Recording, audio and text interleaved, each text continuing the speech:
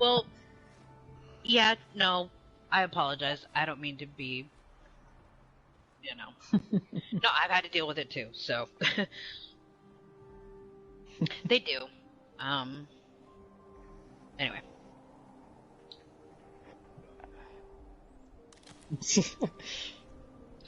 I literally took my controller and my headset with me into the kitchen and got another one. Holy shit, there's a few scribbles on here. I know, I just saw that and I got mad. And I don't, you know what? I'm not even really 100% sold on the scribbles thing, and I still got territorial just now. Yeah. Scribbles and teach. I saw that and I lost it. It's too I good. apologize for that, but it's gonna be it's gotta be that way. That's your nickname. But you know what? But tell you what, it gave me Oh. something to play off of, so that's what makes it great. So that comes from my Marine Corps What are the days. odds? The people who in boot camp, the Who's guys naked who over there? took notes, they were called scribes. So I figured if you were a reporter, I'd call you scribbles in real life. If we were in real life, if embedded in real life combat, I would have called you scribbles. That's where If it came anything, from. it's endearing. If anything, it's endearing. It's not an insult now we're by any means. It is a term of endearment, definitely. So now we're scribbles and teach. No, I actually kind of really love how my story right now is playing out like a buddy cop kind of movie where it's scribbles and teach. And she's like the soldier and I'm like the wisecracking, freewheeling. Oh, I love reading that shit. That's great. That's funny. Oh god, yeah, it's hilarious. I'm like the Owen Wilson character, in my arc.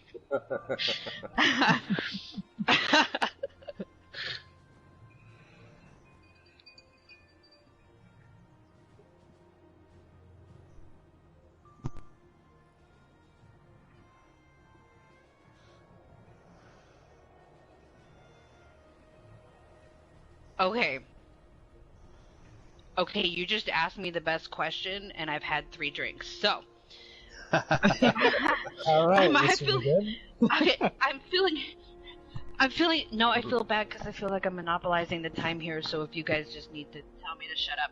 No, okay, so I think the Charleston Herald, with me at the helm, would just be such a fantastic cover for reviving the Order of the Mysteries.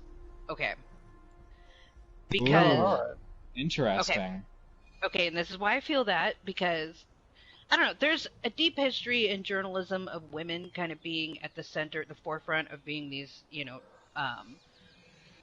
I don't want to use the term social justice warriors, but essentially, that was kind of a role that they played in journalism's initial stages, in terms of American history and establishing democracy. And then the Order of the Mysteries has got kind of that same aspect where there's the spy stuff going on and espionage, and there's young women, and they're kind of stealthing their thing through. And as a stealth character, that really appeals to me.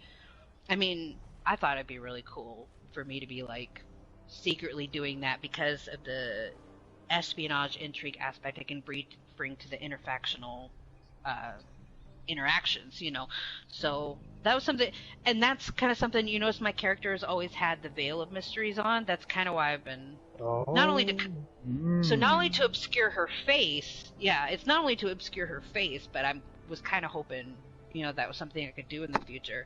Because I'm in, I've been an editor at Paste Magazine for 5 years or so, and just taking underlings on and having proteges and, like, helping people along has always been a big part of what I've done in my spirit. And so the idea of me being an editor-in-chief and recruiting people and taking young women under my wing and, like, training them and putting them out there on the field, I'm kind of motivated, inspired by that part. Let's see, when we were filming the other night, we had talked briefly about the Charleston Bell. Did you guys have any more thoughts on that right now?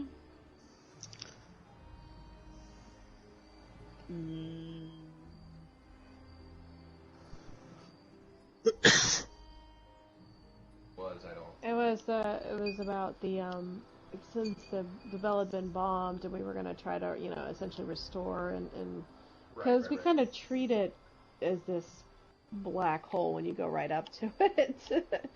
And that it's been damaged, but like about repairing it and where would you leave it? Would you leave it there? Would it be a symbol? Would you place it somewhere else? Would you, that kind of a thing. I was kind of talking about how, as a symbol, the militia decided to attack that, to symbolically attack you guys, I guess. To me, that creates... Now, you don't want to rally people around symbols. That's not necessarily a great thing. But if it's enough of a distraction that they're attacking the bell instead of people, that's kind of a benefit. It would also give us an excuse to secure that area, and then I could have the Charleston Herald building. You guys would have justification to be in the area. You've got the FOB. You have the Fire Breathers forward operating base is literally right next to the Charleston Firehouse. So we are canonically we are there. So it's not outside of the realm of any level of reasoning that we wouldn't provide a secure area, because we've been established in that area. The other factions that we play with recognize that we kind of dominate the Charleston area now because the FOB is there, and we run regular patrols through Charleston in character and kind of assumed as well. So it actually fits in the idea of, naturally we would just secure it for anybody settling in that area, including your character who's trying to start up. That sounds extremely feasible and reasonable. Yep. No, I was just gonna say something completely... See, my character, she's a little, she smokes, she drinks. I think, honestly, she just wanted to have smoke breaks down by the bell, and then also it's a symbol of democracy, because that's who she is, So, that's this little thought in the back of her head, I had smoke breaks there, and they blew it up. But, that's a little bit of her territory. Her idea is journalism plays a role in establishing democracy. That's why I'm here. The symbolism of restoring the building and that area, I think, is strong.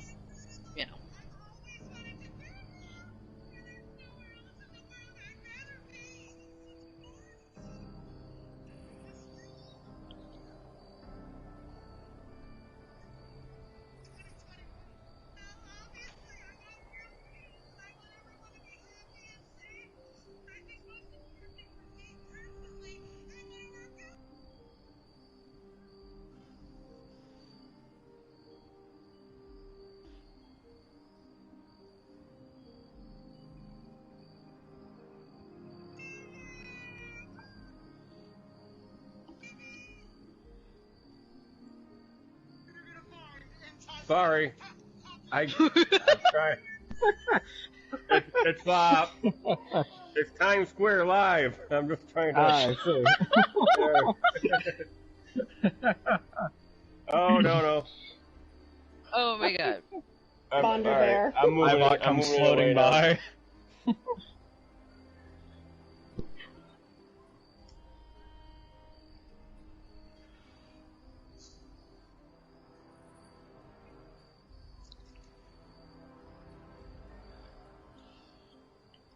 Right.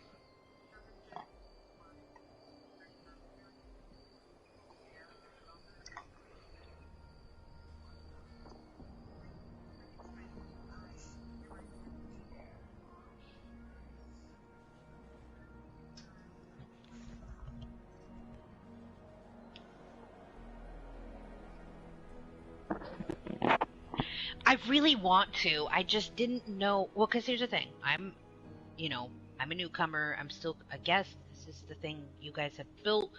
I don't want to overstep my bounds. It would be great to be able to recruit. I imagine that you guys are going to have a better idea of suitable people within your community who might fit that role. I don't even know that I would feel comfortable trying to bring in my own friends or people or whatever. I think that would be great, because here's the thing, you guys need part of me, recruiting and training other people. You guys need to have an out in case something happens where I can't participate anymore. If you guys had to write me out, you would need to have someone that we could feasibly do that with. And And I know that could come along very quickly anyways. That's not a huge deal, but it would fit within what you guys are doing to have an out, and that's a good thing. So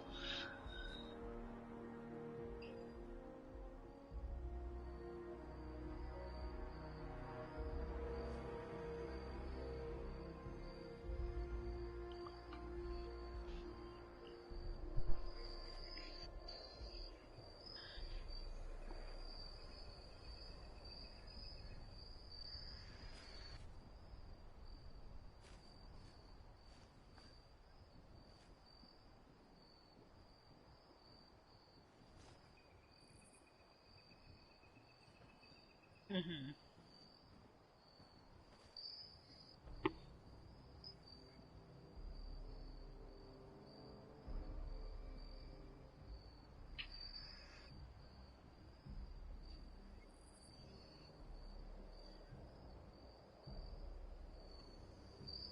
Heck yes, and you know what's great? One thing that's great about my character is that just the role that she plays, we are given a premise where we can directly ask people what they're about and how to establish their characters without it being too pretensy, and I can come in and so that's a great opportunity for the lore.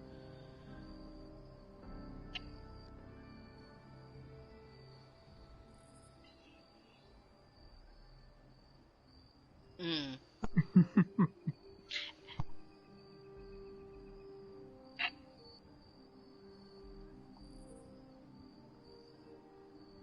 Run away! Run away! Yeah, I should probably warn you guys. About that. Because I'm gonna have to go after you about the fact that you did not arrest any of the Order of the Lamp when they sacrificed that person right in front of you. I apologize, but it happened. Right. So does she know where Order of the Lamb came from? I don't know if she does, and honestly, I couldn't freaking find you guys. I don't was either. Scanning the horizon, and I was like, I have no idea where they are standing. Oh no! But yeah, I don't know if she knows where you guys came from. I mean, okay, so one thing I loved about that moment, and many of the moments that we had along that path were that, because I didn't know what was going on, I was given a chance to very organically respond to kind of some of these bigger moments. So when I saw them up there on that cliff, it was still far away, but it was still that, like, oh my god, like, what are they doing, I enjoyed that very much.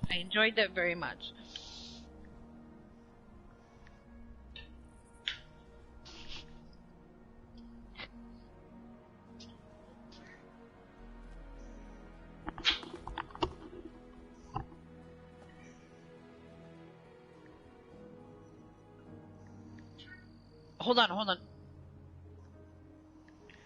Are there any Enclave here right now? No comment. No comment. I'm whistling innocently here. Technically, The name Modus in my name does not give it away. Oh, that's right. Oh, whoops. I'm sorry. My bad. And then I hit Now, the is thing, that and now Enclave or is that I'm standing up. EAF? Mainly, like, don't give me that. Enclave Okay, lore, to be but fair, yeah, no. Everybody else. To be fair, last night you showed up, like, right as I was leaving. I did. Mm-hmm. You did. But no, that was a very interesting kind of live roleplay moment for me, because I was just kind of minding my own business, and then, one Enclave shows up and is following me, and then it's like 6 Enclave. And so I kind of wound up pinned to the top of that mansion just kind of listening to Enclave ideology for an hour, you guys. An hour. Just remember, no, I love we're happy. We are happy to mind your business for you, okay? No, I loved it. Okay. I loved everything. No. We had fun though. Later, my teenage kid was like, "Yeah, I heard you really giving it to him from over in the other room." I was like, "Yup."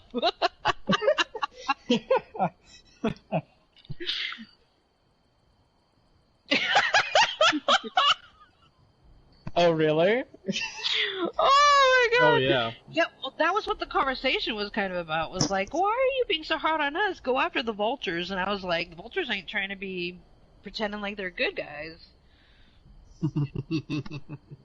And I'm like, I have all of this, like, like weight of like years and years of playing Fallout. Like, I'm never going to have love for the Enclave. So we were kind of like trying to separate that from like, my character is not supposed to have all this back knowledge that I have. So now I have this headcanon where I'm gonna creep down to Washington D.C. because I'm mad at Enclave and I have something to prove, and I'm like gonna find that Vault-Tec museum, you know, because if I remember right, the terminals there are like, Vault-Tec's evil, this is all a human experiment. So like, I could figure that out, bring that shit back to Appalachia and really piss everyone off, you know, because I've got an axe to grind and I'm not gonna hide that. But I would say people in the EAF, and I think maybe one of the responders have been to DC. So if you did that, it would fall in line with other characters' canon. So it's not like somebody could say, no, you can't go to DC if you're doing it from the faction group, because other people in our faction have gone to DC. Plus, it's feasible. I mean, it's not out of the realm of possibility, especially when you consider stuff like, remember Sierra from Washington D.C. She showed up in fucking Boston, you know. So I'm not about like saying we can't do that. Yeah. So I think that sits within something that's very possible to do. And for me, it'd be like a returning home thing, since Fallout 3 was just the start of a lot of things for me. But, okay, so what we're talking about is she's originally from Boston and her mom was a journalist, but what she realized was that it was not an environment where she could help establish democracy, because Boston is still a fucking mess. So she'd kind of heard that Appalachia was somewhere where it was kind of a more stabilized region. You know, I've been kind of put on the spot about her origin story in terms of how she got from Boston. So I'd given it some more thought, and I really want to create kind of a stowaway backstory to kind of explain how she got from Boston down to Appalachia. But, you know, part of the reason I chose the Boston thing, her being kind of an homage to Piper, was it'd be nice to try to hint towards a world in a future where her descendants are able to go back to Boston. That Piper is like a great granddaughter, right? That would be this kind of the spirit of tying those locations together. But it felt important to still, with my appearance and everything, to still kind of tie it back to Boston in some way, especially when you're talking about democracy and just American heritage in that sense. Yeah.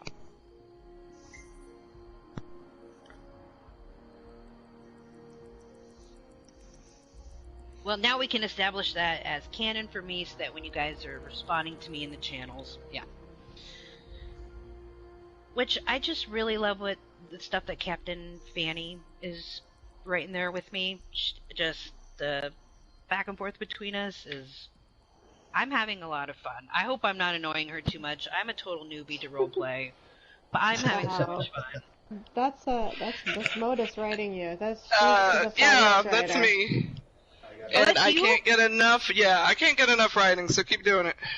Oh my god, I just thank you for being. I just love what we're doing, and Oh, you're welcome. I'm sorry for talking about you like you're not here. I haven't got everybody straight yet. I'm so sorry. But no, it's good. It's good. I love our back and forth. So today, so my kids, they're about to turn 17. They actually read our channel today because I was like, oh, I want to show you what we're doing, and they got so many laughs out of it, just the back and forth that we were having, and I was like, okay, that makes me feel good. That's, you know.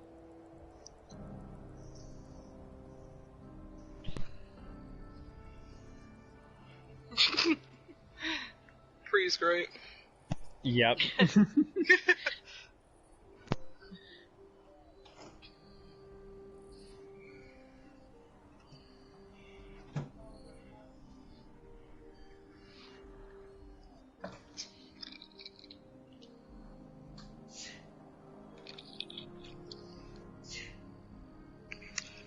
Yes, I absolutely was. I came to stir trouble. I will be right back since it's about to hit 12, so I shall return with you. Yep. Yep, I'm getting mine right now.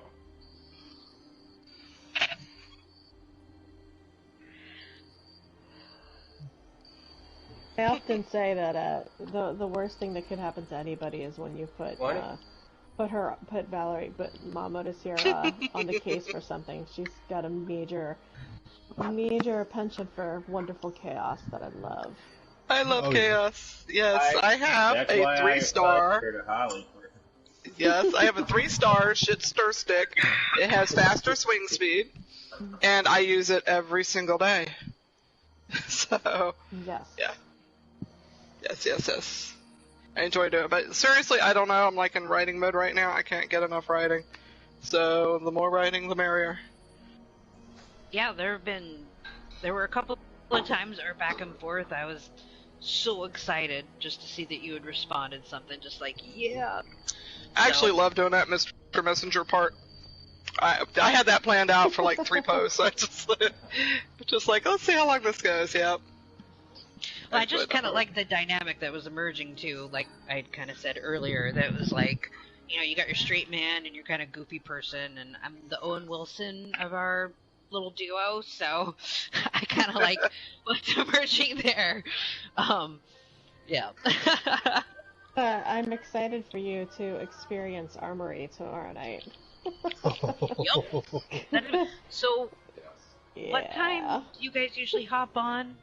So because I run Armory, I run the character who runs Armory. Poor Charlotte.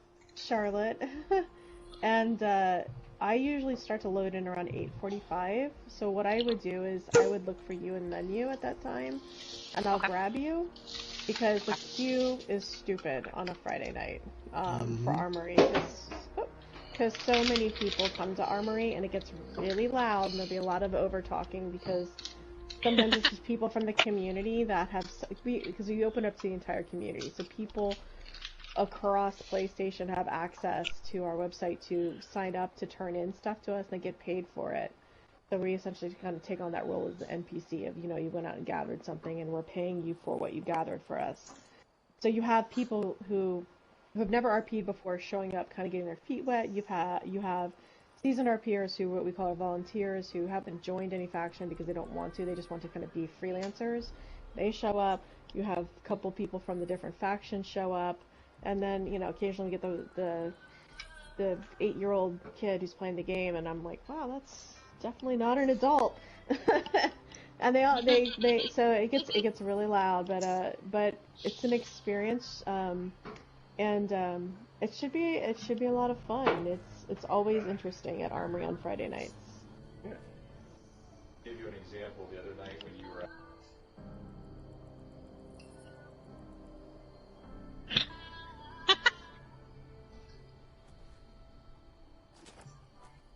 Oh my god. Nice. Well, that's kind of what happened with when I was hanging out with when I got approached by Enclave the other night. There was some random person on my team that adopted us and decided to hang out at the next mansion and just listen to the entire conversation, and then just came over and inserted himself. I was like, all right, you're having fun. Yep, we call them voyeurs, RP voyeurs.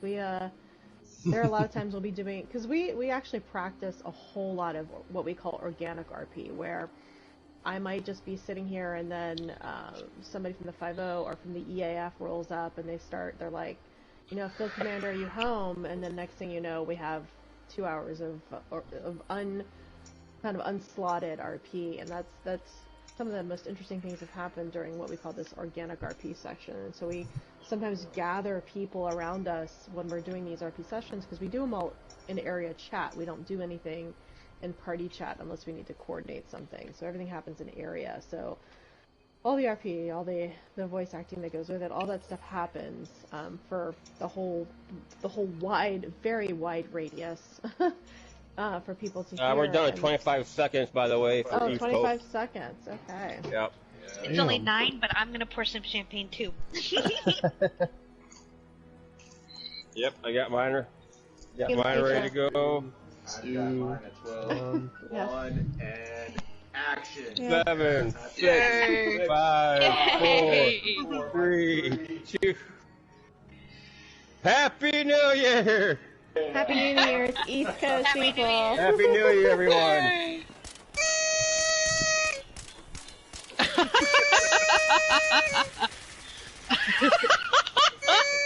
The firing the guns is a nice touch. I like this.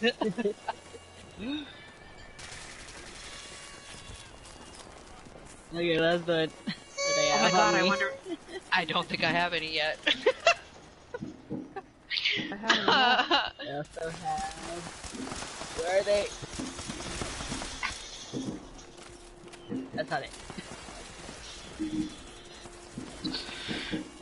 You really want me to? Woo, New Year!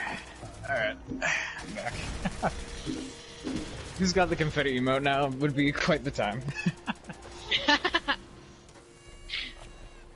How do I not have an orbital strike on me? I suck. Man, the one time. Jeez. What kind of an Enclave agent are you? I'm gonna go stand in the corner.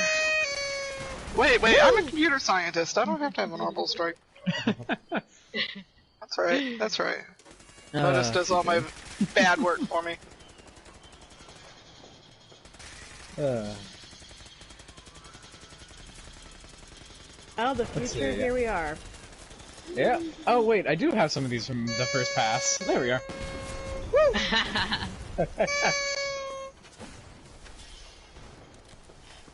Happy New Year, my merry band of misfits.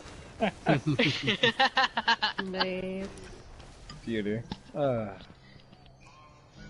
Now I gotta go spend 150 atoms to grab some more. You think I'm joking too?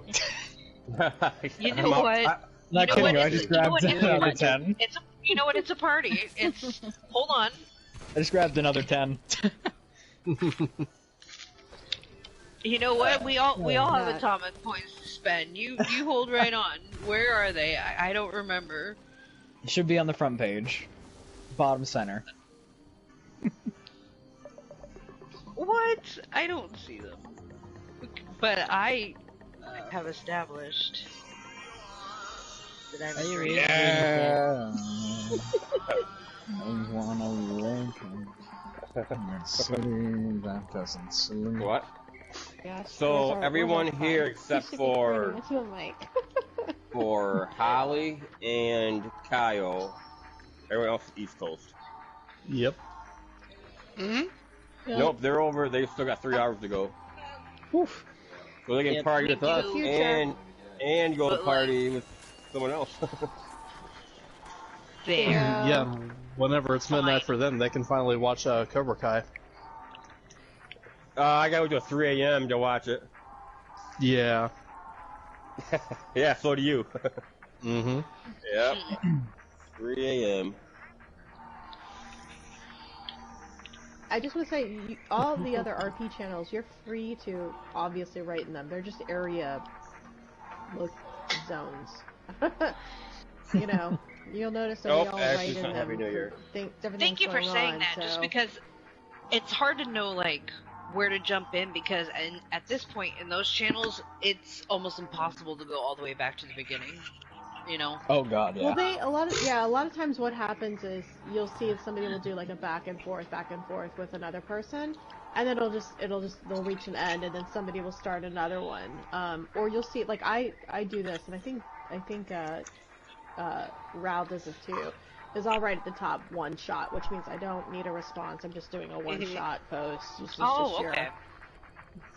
Just a piece of info because I like to like wax poetic about my character's inner monologues, blah blah blah. Because I'm a teacher by profession, but I'm a writer by passion. So, yeah, I like to write about what's been going on, and I don't, and so you can just jump in at any point, and what will happen is people will, if it's open, people will respond, and you'll be probably next thing you know, you're going on an adventure in the Toxic Valley. I mean, not that everybody goes on an adventure in the Toxic Valley, but, some people, might enjoy it. But no, One thank Toxic you, because I have Valley been kind of adventure wondering coming about right that. Now I'll just, because I'm having adventures that I could write about now, so just dropping in kind of stuff about that. Because one thing I like about my character right now is that as a journalist, it kind of fits in with this, I'm new to combat, and we're doing this newbie stuff, and so for me to be going through the game again and experiencing these things supposedly for the first time, it's a lot of material to work with. So yeah, absolutely, yeah, definitely do those one shots. It's like what I've been doing with my character Grace, who went through an experience where she's lost half her memories and she'll never get them back. So let's do it together, Clank. Kind of do that again. Yes, together. Other players kind of understand the things that she's lost and she's processing what she's lost. I've done these one shots in different zones, and they've just been like, "Oh, Grace is looking at a picture," and like, "Holy crap, what happened?" Or sometimes they're funny, sometimes they're sad, but they're just ways for me to share with the other players, kind of like, here's a perspective on this particular character that I play that you may not get in an interaction with her, but it might explain why she behaves the way that she does. I feel like really it's kind of what I said. Yeah. It's kind of like what I said the other night about, like, when you really commit to your character, you give other people the opportunity to really commit to theirs. Providing that material does the same thing, in my opinion. So, I'm all about it. I'll word vomit all over a page. Don't worry. Well, I'm looking forward to us really getting to have a good interaction. That'd be cool. But, Whoops. Oh god. Yeah. Okay. Oh, no. So that was a lot of drama, you guys. No, not that. Dutch. Was delicious drama. That was delicious drama. Oh, Dutch. Can someone remind me who? Okay, so the person with the username that starts with Caveman with a K. Yep. Which character was that? I forget. That is Macklin. Macklin. Okay, thank you for the reminder. What is it, Captain now? Captain Macklin? Yes. Yeah, he's Captain. Captain. Yeah. Okay, so because there's so many different characters and so many people playing those different characters, I'm just writing everything down to try and commit it to memory. And since that fits in with my character, we're just gonna go with that. Okay. All right. Cool. Thank you. And of course, Caveman's also the Cannibal Big Papa. Yep. Oh. Okay. I'm writing that down too. A lot of us play multiple characters. And he's like, set. He's set. You won't, you probably, like, I don't typically, for Corey's voice is my normal speaking voice, and for my Grace voice, I just elevate it. But for Charlotte, and for my other character, Changeling, I don't think, I'm typically not recognized, especially when I play Changeling. So, a lot of us play multiple characters, which is kind of cool because we have such a wide kind of creative venue with all the different factions and the different people play, like more than one character, and we kind of cross over and we do these things, and we all have notebooks now to keep information straight. So that makes me feel so much better. Yeah. I'm not alone. Oh no, I'm not kidding you. I have about 125 notes written down on my phone of either just the personal character info or other bits and pieces about knowledge that they would have. That does make me feel better. Okay. Oh yeah. I mean, I have a whole section in my notebook for Changeling's contracts, just for contracts. Oh boy. What people owe her. Dun, dun, dun. Yeah, ask Macklin about digits. Pinkies. Lots of pinkies.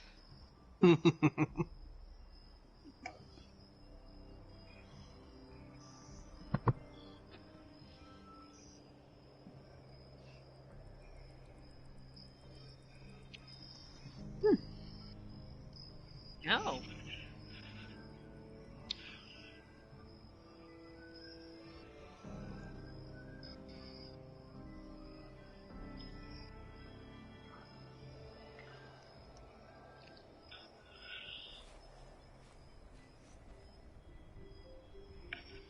Yeah.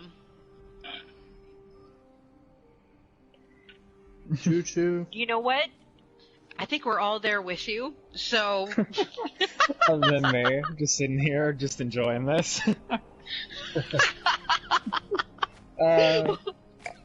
Sorry.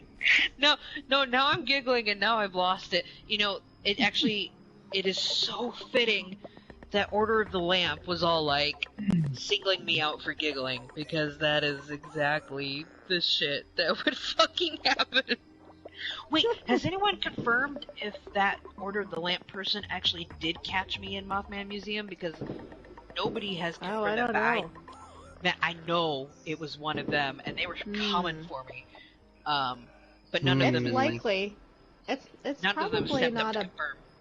Well, I don't know. Then maybe. I mean, Gino would probably tell you right away. Kurt or Dan here, McCoy. He plays one of his characters is also a Mothman. Do they all have different masks? Because it was Plague Mask one. Plague Mask. He's got a whole glass left. I'm like profiling. That's terrible. God, if this is Plague Mask, it's probably. Hey, I was so scared because they just like appeared. Pecco? Yeah, Pecco maybe. Might have been. Like, and they had glitched into the stairs, if it's which Pico, I'm pretty you sure got is no the problem. only reason. Yeah, it was. But yeah, I hightailed it out of there. It's okay. The responders go down there all the time to They'd welcome you with open arms, actually. Well, you know, right now is actually kind of funny and fun, rolling around like I could get my ass kicked at any time. Like, because in my mind, I'm like, the vultures are just gonna kidnap my ass and then try to leverage me off because they didn't know I'm of value to the responders, and I don't want my character to have to endure that kind of trauma, you guys. So the priest is gonna try to convert you. Yeah. So I have not been going to Savage Divide. But, you know. Yeah, that could get interesting. Cave Lord is the one. Cave Lord is the one. If you see Cave Lord near you with a C, a guy with antlers, he's a vulture. He's oh boy. With us. Have fun with that one too. Stalking and making you like think that you're about to go down. But yeah. Oh, so psychological warfare. I feel you. Mm-hmm. Just gonna rush him and punch him in the dick. Look at where I live here, the tick in the divide. I live in the middle of the divide. My question is, how come you're not being escorted by a fire team, of fire breathers? Okay, so first of all, I think you know very gosh darn good and well that you gave me a one-shot weapon, and I've been doing, between that and creeping around, I'm just fine, because guess what? I know how to play this game, and it's not hard. So that's part of it. I'm actually not that scared, and that really fits in with my character, because the cockiness is really kind of what we do. But also the stealth. The stealth, I think, is very fitting, and so I've just been stealthing a lot of it, which is why I've been getting away with a lot, I think, in terms of covering ground, you know. So. I don't want to hear you crying and pissing and moaning if you keep getting killed, so. But that's just it. It doesn't matter if you die. It's not like Diablo, you know, where you lose money and XP, you know. It doesn't really, all it does is piss me off, and, well, okay, you know. So yeah.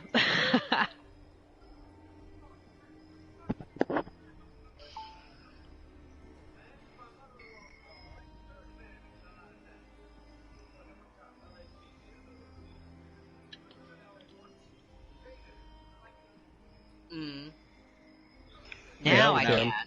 For a minute there, it was not good. We could understand you, but you were whispering for a minute. It was tin can style. Yeah. So am I led to believe that it's more like a if she dies type thing? Oh God. I mean, we all die.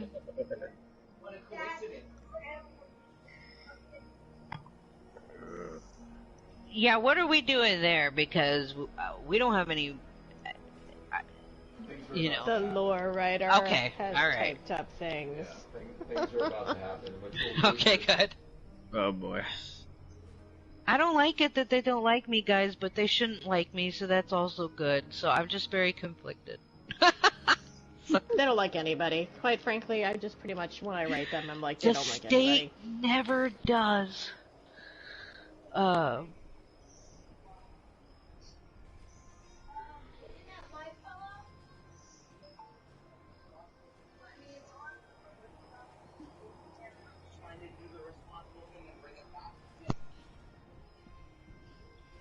Yeah. I kind of brought that up to them yesterday, actually. I was like, what's up, guys? You're trying to be the government, and there's kind of one here, and you're going to have to figure that out. Yeah, okay. God, that Good. line you used on Twitter that one time when you said, I can't remember exactly what it was, but you're basically were saying that your relevance died that day. I was like, ooh. Yes. Yeah. That's a great line. I felt that in my spirit because I fucking hate the Enclave. Like, this is real for me, you guys. Like, I am a leftist nut job, okay? Like, this is real, okay? I got it. I was like, man, that's a great line. Cause That's so good. That's so good. It often says that Corey and Connor are much more aligned with the, probably mentality-wise, closer to the free states than they are like solidifying with the government. If you get into a conversation with Corey, he will talk to you about things like self-will, free will, that it's more about surviving, that the idea of surviving and thriving, and that everybody should have not just a chance to do these things, but an opportunity to do them in a manner that is without like all these other things. And so she doesn't particularly like the shackles of the Appalachian state government.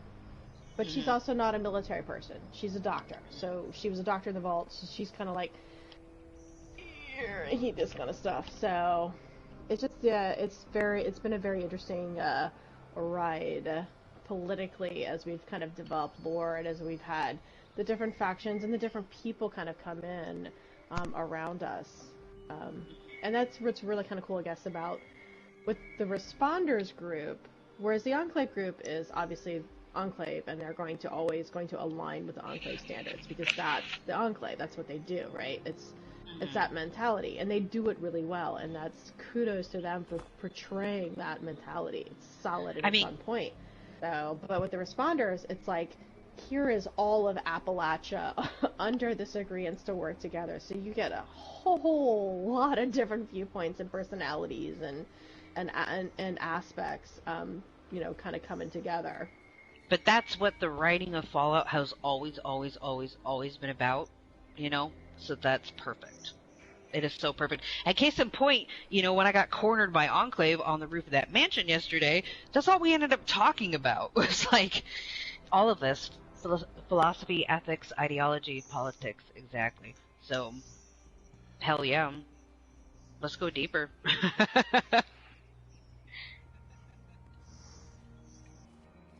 Unless you don't do a war. I'm a journalist. Sorry.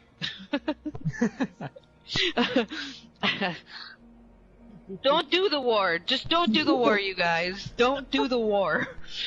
What's funny is that all Connor and Corey really ultimately want to do at the end of the day is get married. But for 2 essential years, they've never been able to actually do that because everything else has managed to get in the way of that. Including the fact that I can't put it on. Yeah. Oh my god. You can write that in? It's hilarious. You can just write it in. Wait, it really? shows up, really. I showed him today, and I showed Ralph, like months and months ago. Top Deck knows. It like, shows I'm up gonna as, be, yeah. I'm gonna be that chick in the rom-com and be like, you know, you guys can just get married whenever you want. We'll just find you someone to marry you. It's what's in your heart. You guys should just get married.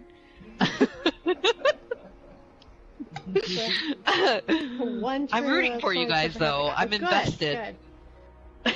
So is Dutch, apparently. Dutch is rooting for us, too. Dutch has a very sexy accent. Keep him away from me. Keep that man away from me. Wait till you hear about his meat. Oh no. He does have an excellent cut of meat, I have to say, and it does, fill the fridge. Oh, we're over here with. She paid money for that emote. Oh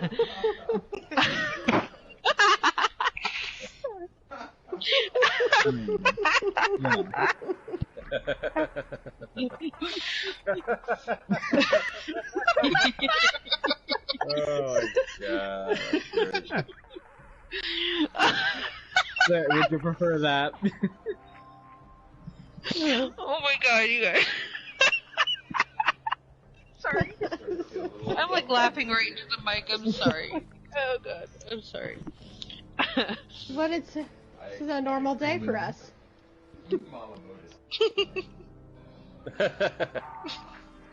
So, Corey, if and when the wedding does happen, will Pre be allowed to bring his weapon into the ceremony? Only if he takes off his mask. Oh no.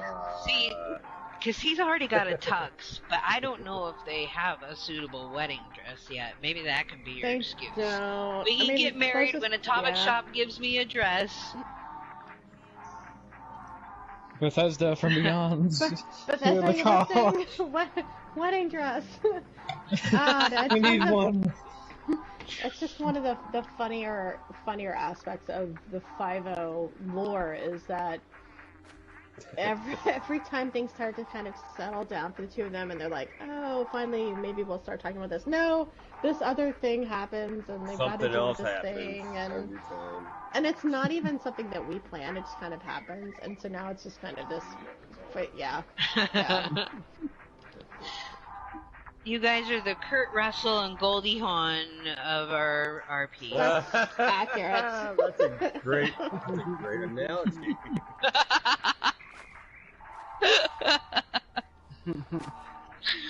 Do you guys have to go to bed yet? Us? Nope. Yep. Yeah. All you East Not me, Coast- I'm up for a bit. I'm like, it's 9:20, so. You're gonna be fucking hammered by midnight, aren't you? Oh, if I don't stop now, then yes. Oh boy. Happy New Year. Okay, Yeah, right so now he's I was, hungover. okay, I was in Savage Divide. Earlier, and he showed up, and I didn't know who he was, and I initially thought he was a vulture, so I tailed it out of there. I was scared as shit. A warlord, that's an intimidating name, okay? I didn't know what I was in for, alright? Like, I didn't know. I was scared. Nicest guy. He's super nice. Oh yeah, totally. Super nice. Australian. Yeah. So it makes filming really interesting when we have him. This is his morning right now. Well, he upgraded all my armor for me and gave me a ton of ammo. So yes, he is very nice. It was very cool. Yep. He insisted, and I was like, yep, nope, that was a good idea. Yeah. Now, if you want to know who to run from, it's the giant. Now that's who you need to run from. Or Havoc, I suppose, if the clown shows up. So the giant that is guy. the giant is their power armor guy, and his lore is that he can never. He's I want to say he's a paraplegic, and so he can't get out of the armor, and so he's built it. He just from an out of character perspective, the mechanics, like he knows the numbers and the statistics, and he's that guy that knows, yeah. And so he'll tailor his build to the minute that is needed, and it's all power armor. It's if you watch the Battle of Big Ben, he's the one that kind of comes tearing down the tunnel in the power armor. And in the actual battle, we won it. We went in and.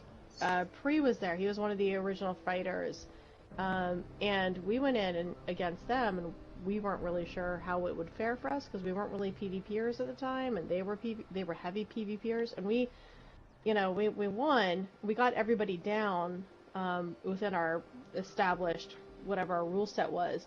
But the only person that our team couldn't bring down was the giant. And so we have this footage from the original fight of him running through the tunnel on fire while the team is trying to bring him down. We were chasing him down, shooting him the whole time, and he just... Yeah, that was... What big level giant is it? flame. Chasing a big giant flame through the tunnel. I don't know what level he is. I mean, when we did it, when we did He's the a high original level. battle, He's up there. He's up there. When we did the original Battle of Big Ben, we actually did it on a survival server, so that gives you kind of an idea of dating. And but wow, that was a while ago. Yeah, it was a while ago. But yeah, we got everybody else down, but he was the only one that the team couldn't get down. So he's got a legend established. He definitely has a legend established. Isn't his lore? Isn't he not only paraplegic, but isn't he like a little guy too, like a scrawny little guy? Yeah, he's really scrawny. But his power armor looks so massive. He just looks so, you know. Mm-hmm. It's such a cool story. And then it's like of Nemesis course, system, but for real. Yeah. And then Havoc is just creepy as fuck. Okay, so Havoc. Okay, so is that roleplay of the character alluded to in Fallout 4, or is that something different? Rugs. That is. You mentioned he was a clown. Mm-hmm. Yeah, I was gonna say I don't know. There was a clown serial killer. Pine-sized slasher. Oh, okay, Right. that's right. That was the name. Okay, Right. There you go. So he does the Beckley Butcher is his. So he was a serial killer before the Vault, before the war, but he managed to survive Redemption Fall, and and so he manages to survive, and so now he's out, and he just kind of reassumes the Beckley Butcher identity. Well, I think yeah. I think as a journalist, there's an avenue there for us to flesh out that storyline a little bit more if you guys want to, because I'm like, serial killer, that's... Yeah. Well... Okay. That's Blake, and Blake is an amazing voice actor. I mean, his Havoc voice is... Yeah, Yeah, he's good at it. I did, yeah. What? Who? What? Oh, wait, what? Oh. Oh no, you son of a bitch.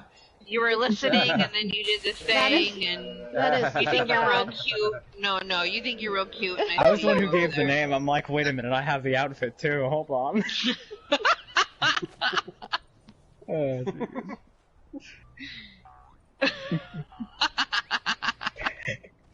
Oh man.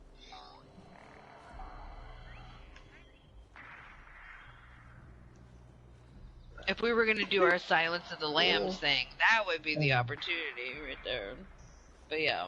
Well, he's not caught, so he's the only vulture we have in prison is Warlord, and you know. Hey, if you find Havoc, you let me fucking know. Maybe I could lure him out with my sex appeal. I don't know.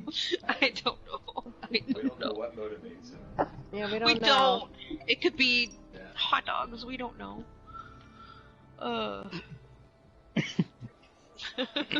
So welcome to like how we sometimes plot things, Holly. This is sometimes what we do. We just sit around and we're like, you know what, that actually is a really good idea. I'm sorry, but I just really feel like I fit in, so... Perfect! Well, good.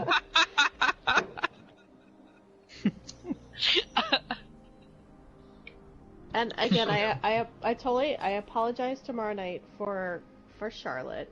I'm just gonna apologize in advance. I haven't heard the voice yet.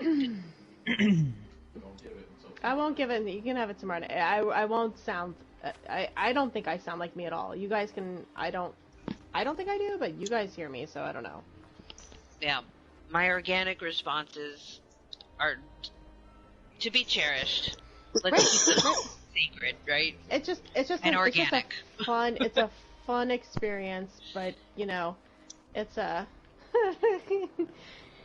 Yeah. So enjoy tomorrow night. Be aware of the chaos. I will grab you, like I said, at 8:45 Eastern if you're on, and then I'll pull you in with me. That way you're guaranteed a spot. What I tell most people, most of the volunteers, and they know this, is not to show up until like 9:10, because Armory officially opens at 9 p.m. Eastern. So I load in about 8:45, and then the world starts to populate, and it populates fast, which is why I try to pull in at least 3 other people with me. And so I tell the volunteers that are turning in, I'm like, you know, load in as soon as as soon as you see me go online, load into my world, or at least get in the queue and sit in the queue and be patient, and then not come over until 9:10, because it gives me a chance to kind of load in, make sure I'm not like wearing some random costume because we were doing some filming or something. It gives me a chance to make sure that the armory is set up. It'll be in Flatwoods, right by the hotel. I will be in early because I'm grinding anyways. Okay, so I can message you. I'll message you across PSN and just be like, hey, I'm getting ready to get in, and that way you can just, I'll give you a chance and I'll watch for you to get in the main menu. Take a picture in the ticket? Yeah, because it's New Year's. Let me get my... Is there Christmas trees? Oh my god, what's there our is. backdrop? So a lot of filming takes place here at the Tick of Corey and Connor's home life. We do a lot of stuff on the balcony or in front of the fireplace. But this is a set prop. I just changed the fireplace today because I was like, I need to change it. But usually I don't change a Tick. I very rarely move it. And it's something you'll see in the machinima that I frequently, I'll write. Yeah. Bad Moon Rising. Can we start here? I mean, the most recent thing, didn't we film something here on the balcony? Yeah, And there's like the a lot piano of at the touch of class. Well, and there's a lot of secret, like, there's a lot of, like, not, I don't call it secret, but, like, 2 years worth of lore, like, within, like, if you walk around Corey's camp, there's a lot of things that are placed that if you've gotten to know her will make sense, like why she has certain things placed in certain areas. We're gonna put all the ladies in the gold dresses together. Wait, Clink, move for a second. Yeah. We're gonna put the ladies. McCoy's all set up. Oh yeah.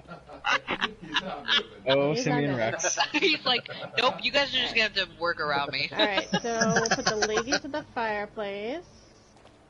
Let me back up just a little bit. The personal bubble drives me a little crazy in this game. Oh god, yeah. Oh, you have a cool pose. I don't have any good ones. Alright, here we go. Let me see. Let's